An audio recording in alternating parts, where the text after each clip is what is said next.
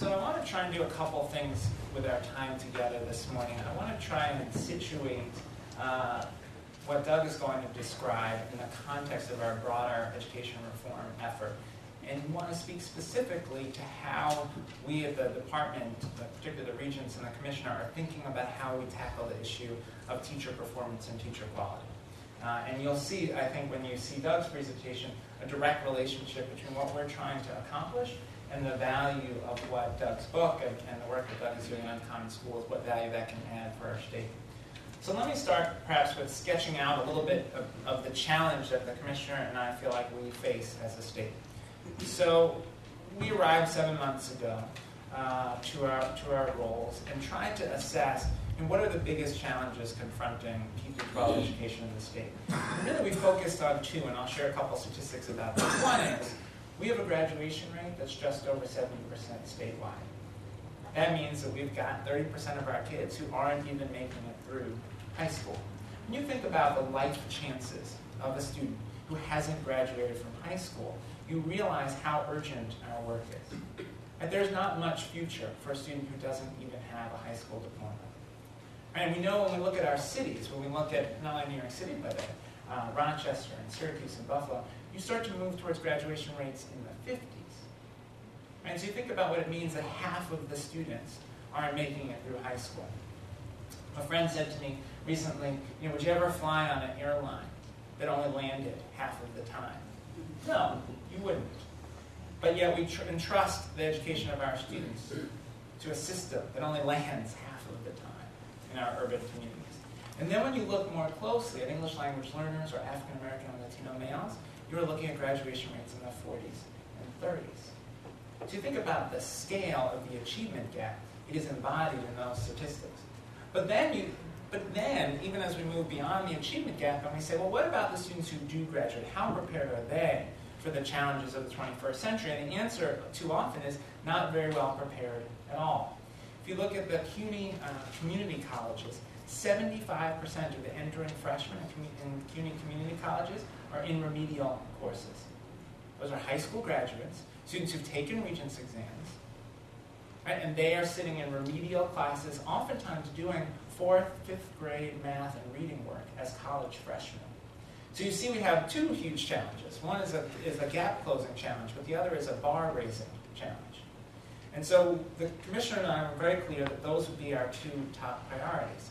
But we also arrived to our good sense of timing in the worst financial crisis since the Great Depression. So we have this additional challenge that even as we try and take on closing the achievement gap and raising the bar, we do it in the context of very limited resources.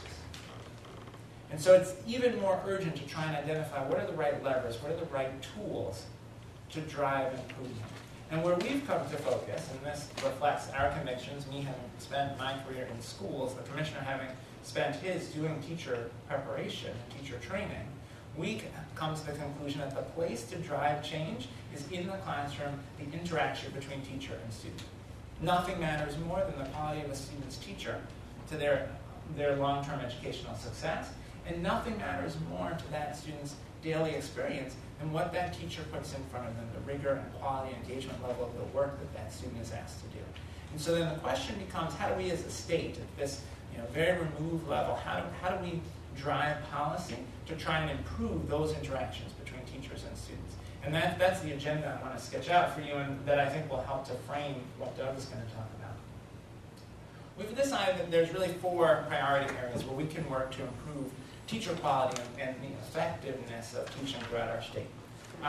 One is teacher preparation, as Ken talked about. The second is to take a hard look at our teacher certification system, which I'll talk about. A third is to ask, where are all those professional development dollars that are spent at the state level, district level, the federal resources that go to professional development? Where's all that money going, and is it driving the kind of improvement we need to see? And the fourth is around teacher evaluation and support. So I'll talk about each of those in turn. On the issue of teacher preparation, I think Ken framed the problem exactly. Too often our teacher preparation institutions see their job as being yet another research entity within research institutions rather than seeing their job as the clinical preparation of teachers. Most fundamentally, those institutions, we believe, have a responsibility to ensure that every teacher who graduates from their institution is prepared to excel in the classroom and prepared to advance student learning. And too often that's not the case. And it's not the case for a variety of reasons, not least of which is an unwillingness to commit resources and the university's energy to true clinical preparation, which, as Ken pointed out, would require professors whose focus is clinical practice. My own experience going to Teachers College at Columbia, ostensibly one of the premier urban schools, graduate schools of education in the country, I hardly had any teachers, none that were full professors, only adjuncts who'd spent any time in New York City public schools. Right? So we're talking about a huge university that graduates an extraordinary number of teachers, one of the largest of the sort of elite ed schools, and yet not a teacher had spent time in New York City schools except adjuncts. Worse than that, you'll see when you see Doug's video that one of the core challenges of a teacher, certainly my experience as a high school teacher, is how do you manage a classroom? How do you create an effective classroom culture? Anyone care to guess how many minutes of instructional time at Teachers College we spent on that? The answer would be 0. Right? So in a premier teacher preparation institution, which I love, and I would say very good things about Teachers College, I learned a lot of useful things, but on the core issue of preparation for success in the classroom, they fell short. And it was really my student teaching experience where I actually learned about teaching kids. And so too often that is the case. When you look at surveys of graduates of ed schools, what they say is they rank their student teaching experience very highly, particularly if they had a strong mentor teacher, and everything else they rank very poorly, particularly their time spent in class. And that, I think, is an indictment of where we are in teacher education. And so how do we as a state affect that? Well, a few things. One is we think that teacher education institutions ought to be accountable for whether their graduates actually succeed in the classroom. Louisiana has been at the forefront of this effort. And we hope to adopt a very similar system to what Louisiana has done, which is we will link student performance back to the teacher training institution of their teachers. So we will begin to understand, are the math teachers who graduate from a given teacher education institution actually succeeding in helping their students learn math? Ironically, that question is a question that today cannot be answered. If you're a professor at Hunter's Graduate School of Education, and let's say you were just curious, I wonder if the people who I taught actually helped kids learn fractions. It would be impossible to answer that question. We don't collect the data. We don't link the teacher back to their teacher training institution. We don't link student data to teacher data. We are nowhere in trying to answer that question. And so one of our tasks as a department is to build the data system very quickly, hopefully very, very quickly, to be able to answer that kind of question. Because you can see how that professor ought to understand where the graduates of their teacher training program are succeeding or failing. One of the things Louisiana has seen is that oftentimes we think, well, teacher training programs, we could rank order them somehow. But what they found is actually some schools are very good at preparing math teachers, but very bad at preparing English language arts teachers. But no one knew that before, because there was no effort to track that data. The second thing we think we can do is that we can shift our expectations around what's supposed to happen in a teacher training experience. And we can use the department's regulatory authority to make teacher education look more like what the commissioner accomplished at Hunter, which is he built Teacher U, a partnership with KIPP, Achievement First, and Uncommon Schools, 3 high-performing charter management organizations. He built Teacher U on the premise that what we ought to do in teacher education is figure out what the best teachers are doing and replicate it. And so he went to those, he partnered with those networks of schools because they are succeeding for low-income students of color, and then asked, well, what's happening in those classrooms, and how do we put that in front of our student teachers? Not just to go into those networks, but to go to schools all across the city. And that you'll see in Doug's work. Doug's work is at the center of what Teacher U is trying to accomplish. And so we can push teacher preparation towards identifying best practice and trying to expose students to that best practice. We can also push teacher education institutions to take much better use of technology. You'll see in the videos that Doug shows the power of video, the power of being able to say to a new teacher, here's what it should look like. Right? But you can also imagine how video could be a powerful tool for feedback. And so at Teacher U, one of the things that would happen is the professors would send the students back with a homework assignment.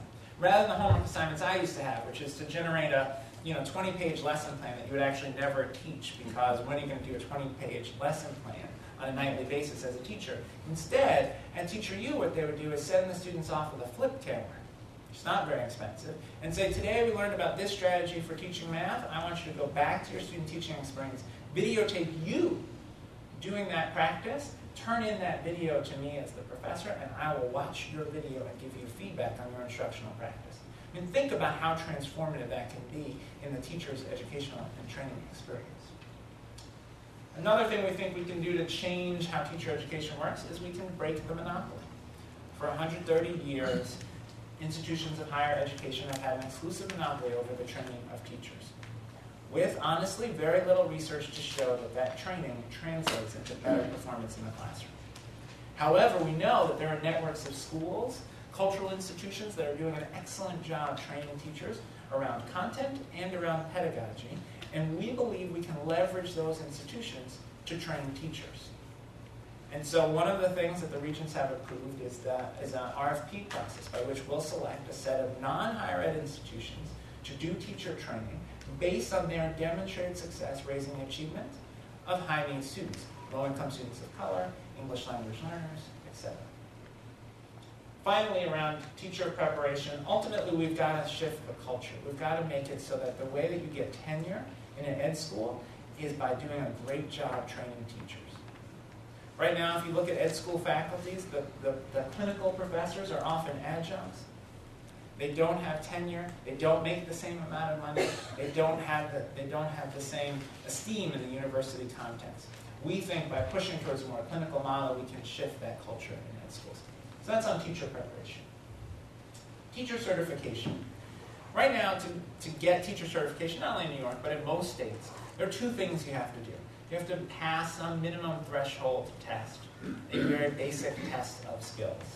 That may or may not, depending on the state, that may or may not cover content and pedagogy, or in many states it just covers kind of basic reading and math. And you have to have seat time. You have to demonstrate that you have sat in a seat in some place with a course of a certain title for a certain amount of time. That's it. And then we hand you a license to teach. That strikes us as inadequate. We want to move to a system of performance-based certification, where to earn your initial certification, you will have to demonstrate A, rigorous content knowledge, because we know that content knowledge matters for how effective teachers are in their classrooms. And B, you will have to demonstrate the skills to be successful in a classroom. So, for example, we might ask that a prospective teacher given a set of data, let's say a prospective math teacher, given a set of data about student math performance, they would have to take that data, disaggregate it, and explain how they would differentiate instruction for those students on the basis of that data. You ought to know how to do that before you go into a classroom, because on day 5, when you give that first quiz, that's what you should be doing. Disaggregating the data and figuring out how you're going to tailor your instruction based on how students performed. So that would be initial certification, and then before you get your lifetime license to teach, 3 to 5 years after you begin teaching, we think you ought to demonstrate that your students are learning. And so we want to have a performance-based permanent certification or professional certification that incorporates student achievement data. So we will not give you a lifetime license to teach until you demonstrate that the students you're teaching are actually making academic progress. And that is a sea change in how we have thought as a nation and as a state about teacher certification. A third area of focus for us is around professional development. We spend literally millions of dollars across the state on professional development, largely in scattered activities that are 100% inconsistent with what we know about learning. Right? We know that people don't generally learn things very well by an hour-and-a-half workshop on a Friday afternoon. And yet, that in many places is how we expend our professional development dollars. Despite the fact that we know that people learn best when they are exposed to something multiple times, when they're coached on it, when they have the opportunity to perform it and get feedback. And so you'll see when you hear from Doug, how we might think very differently about professional development, providing people models of best practice, then supporting them in implementing those models, giving them feedback, having them see those models multiple times, having them be in the classrooms of people who are successfully implementing those models. Right? So we've got to shift how we think about professional development. Third thing we need to do is we need to embed professional development in a broader plan for how we're thinking about curriculum instruction. So imagine if you're trying to organize a professional development session for teachers from, let's say, one teacher from each of our 700 districts. You're trying to organize a professional development session on math. But you're trying to organize that session knowing that everyone is teaching a different math curriculum. Even if they're in the same grade, every single one of those 700 fourth grade teachers from across our districts is doing something different in terms of the content they're covering. That's a problem for planning your professional development. Second, there's no consensus amongst those 700 teachers or amongst the field about what good math instruction looks like. Also a problem for planning your professional development. And so where you end up is, with a lot of poster print around the walls and sticky notes, and you tell people, so let's just throw out ideas and chat about what math instruction will look like. That is not professional development. That is not how we advance student learning. And so we've got to embed professional development in a clear set of outcomes. Right? And that's why we are part, New York State is a part of the Common Core Standards effort, because we think we ought to, along with the other states, agree on what it is that college and career readiness means at every grade level, at least in English language arts and math, and ideally science and social studies as well over time. Once we have those standards, we ought to have assessments that align to those standards.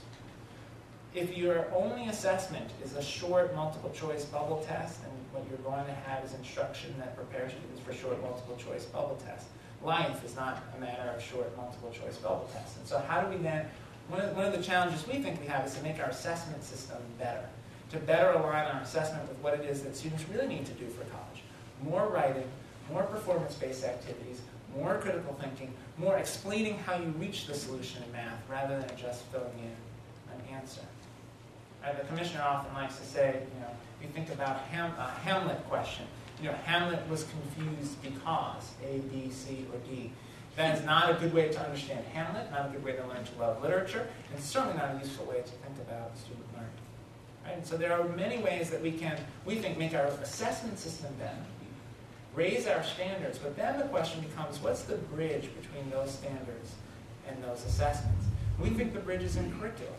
And we've got to lay out for teachers at every grade level exactly what it is that students need to know and be able to do, and the kinds of activities, the kinds of learning activities that will help students get there. We know we're not going to end up like France. We're not going to have every 11-year-old turning to page 11 at 11 a.m. on November 11th. We won't get there. But we can do a lot better than a standard that we have not only in our state, but in many states. Standards like students will learn to appreciate reading as the guidance that we give to a fourth grade teacher about what they're supposed to accomplish in English language arts. That much more specific guidance we know can translate into better results. When you look at Massachusetts and their NAEP scores, their National Assessment Scores, you can see the progress they have made over the last 15 years because of the investment they made, in part, in strong, detailed, content-rich, sequenced, spiraled curriculum frameworks. And we ought to do the same in New York. And so we think there's work to do on the curriculum, and then you can align the professional development to that curriculum. Then when you have that room of 700 fourth grade math teachers, you know what it is that they are supposed to teach in fourth grade math. You know what the content is, what the goals are. And they're goals that align with college readiness and career readiness. Finally, around teacher evaluation and support. In the end, training alone is not sufficient. It's not enough to just send someone off with good training and hope for the best when they close their classroom door. We need a system of ongoing evaluation and support, and in too many of our districts we don't have that. In most districts in this state and around the country, teacher evaluation is binary. 99.99999% of teachers are rated satisfactory, and the other 0.0001% are rated unsatisfactory. That's not an evaluation system. And so we have said that we are going to, through the Regents' authority over the annual professional performance review, we are going to ask districts to differentiate teacher performance into 4 categories, and principal performance as well. Ineffective, developing, effective, and highly effective. Because once you differentiate performance, then you can differentiate professional development and support. We've also said that through the annual professional performance review, we're going to require districts to consider student growth in the evaluation of teachers. And we're working with stakeholders now as we think about our Race to the Top application for round 2 to think about how we might put more detail into that, more meat on those bones of how exactly student growth would factor into teacher evaluation. But fundamentally, we believe that how a teacher is evaluated ought to be linked to whether or not his or her students are making academic progress. Acknowledging that it's complicated. In some grades, it's much easier because you have a state test, you have sequential state tests. You can look and see how the students do in the 3rd grade ELA math exam versus the 4th grade ELA math exam. Much more complicated for music or arts or the teacher who's in a special ed inclusion classroom. But we think those are the exact right questions to be asking.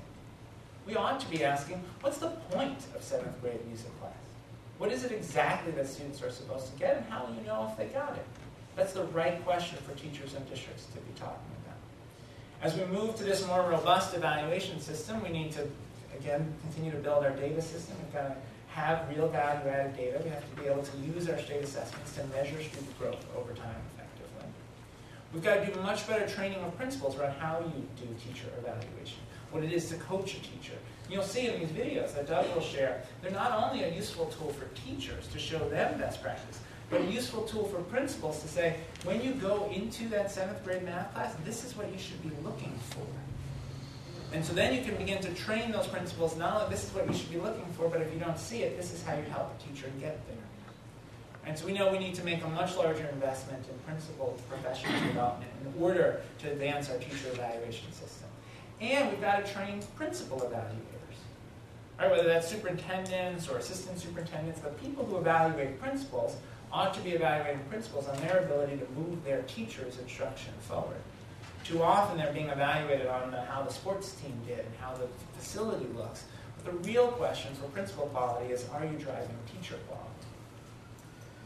Also, as we build this system of teacher evaluation and support, we've got to figure out the role of the highly effective teacher. Once you've identified that star teacher, how do you use them to help drive improvement across the school for their colleagues? And you'll see in Doug's videos how you might leverage that master teacher to drive better performance among his or her colleagues. As a mentor, as a model, as someone whose classroom people sit in and observe, as someone who might co-teach with a developing or ineffective teacher to help them get better. Finally, in this building this new teacher evaluation system, it has to have teeth in the end.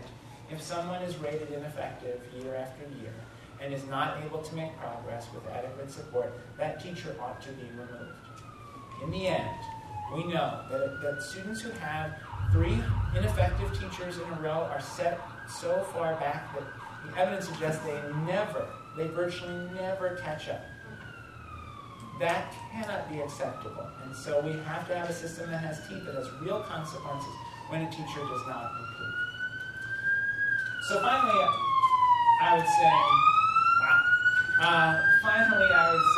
feel like I'm back in New York City. Finally, I would say that in the end, the challenge that the Commissioner and I feel like we confront in this time of limited resources is how do we figure out how to leverage the resources we have to drive improvement in students' day-to-day experience of learning.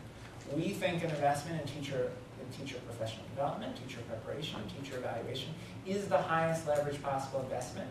We think driving the kind of work that Doug is doing to scale across the state, across disciplines, is the way that we get to better teaching and ultimately better outcomes for students.